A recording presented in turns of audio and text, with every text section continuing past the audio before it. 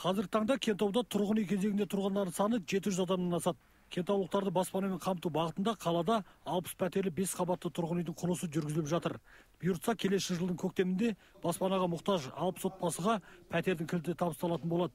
Одан бөлек 2015 жылы дәл осындай үйдің екеуінің құрылысын жүргізу жоспарланып отыр екен. Келесі жылда 2 тұрғын үй, 60 пәтерлі 2 тұрғын үй саламыз деген жоспарымыз, салынады деген жоспарымыз бар.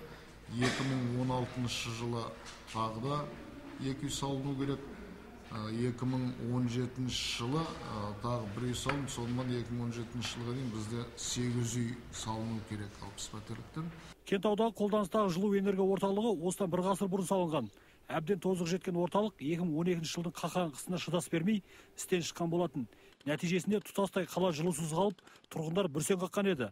Енді міне осы олқылықтардың орнын толтыру үшін жақын жылдары Кентауда жаңа жылу энергия орталығы салыну мүмкін. Жаңадан салынатын тесттің жобалық сметалық құжаттары қазір дайындалған. Ол қазір республикалық сараптамада жатыр. Жақын арада осының соңына дейін ол шығады.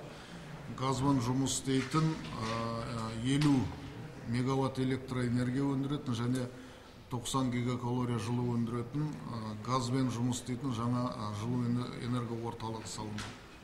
Ол қазір жобалық сметалық құжаттар дайын. Енді келесі арғы жылдар соның құрылысына қаржы бөлінген жылдар ол салынатын болады. Оны қалалардың тізіміне енгізілген Кентаудың әлеуметтік экономикалық ахуалы жыл санап жақсарып келеді. Оған дәлел қаладағы өнеркәсіп орындары жыл басынан 21 миллиард теңгенің өнімін өндірген. Дәурен Дүйсебаев, Талғат Қырғызалиев, Сұлтан Бақытжанұлы, ТВК.